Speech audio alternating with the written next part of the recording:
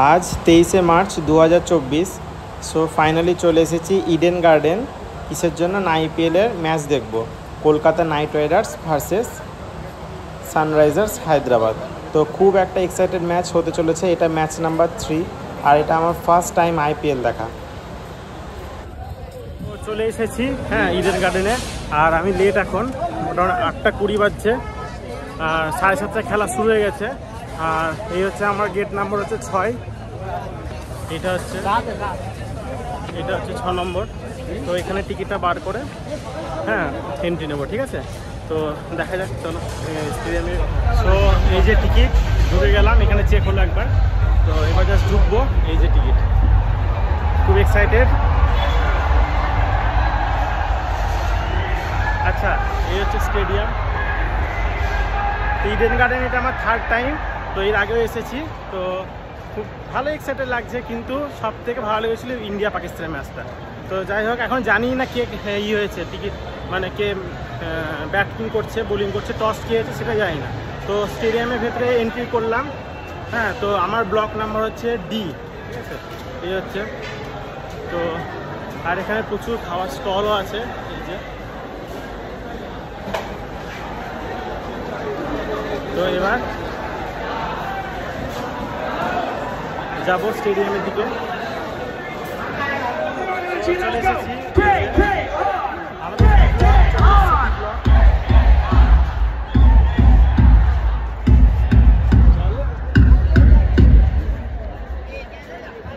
এই যে এটা ওইখানে, তো ওইদিকে যেতে হবে আমাদের। চলো, খেলা শুরু হয়ে গেছে, আর 3 উইকেট অলরেডি পড়ে গেছে।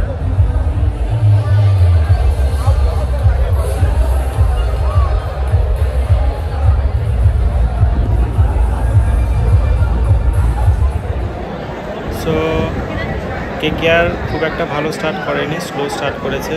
আর এদিকে সুনীল নারায়ণ খুব তাড়াতাড়ি রান আউট হয়ে গেছে 2 রানে, আর ভেঙ্কটেশ আয়ারও নটরাজেন বলে আউট হয়ে গেছে। আর এখন বল করছে বিখ্যাত ফেমাস আমাদের প্যাট কামিন্স, যে 140 কোটি ভারতীয়কে কাঁদিয়েছিল বিশ্বকাপে। তো এখন ভালোই কেকেআর ভালো মারছে, যেহেতু ফিলিপ সল্ট ভালো রান করছে, মোটামুটি হাফ সেঞ্চুরি কাছাকাছি চলে গেছে। আর এদিকে আমাদের ক্যাপ্টেন শ্রেয়াস আয়ারও খুব তাড়াতাড়ি আউট হয়ে গেছে, মাত্র 0 রান করেছে। টাইম আউট হলো, আর প্যাট কামিন্স এবার লাস্ট বলে 6 মারলো। তো জাস্ট ফাটাফাটি খেলা হয়েছে। এই যে এখন টাইম আউট হলো। তো দারুণ এনভায়রনমেন্ট, আর পুরো ফুল প্যাক স্টেডিয়াম, দারুণ লাগছে। দুঃখের বিষয়, কেকেআরের 4 উইকেট পড়ে গেছে। তো ওই জন্য একটাই ভালো খেলছে। আর এটা হচ্ছে মিডিয়া, 66 রানে 4 উইকেট।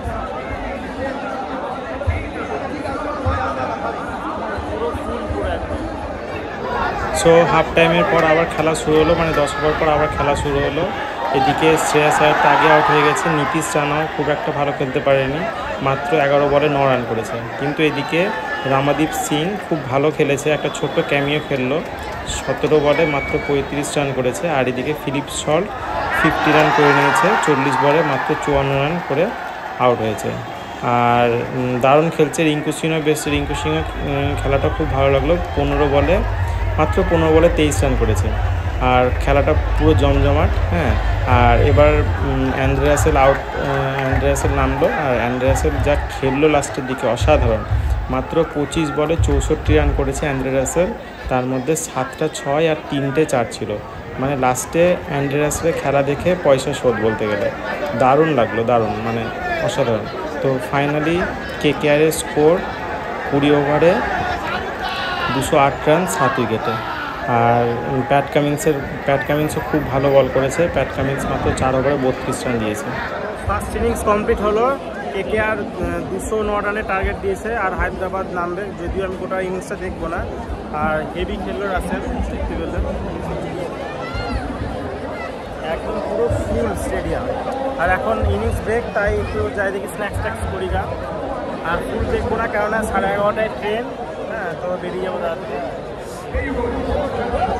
দারুণ খেললো রাসেল, সবাই ভালো খেলেছে।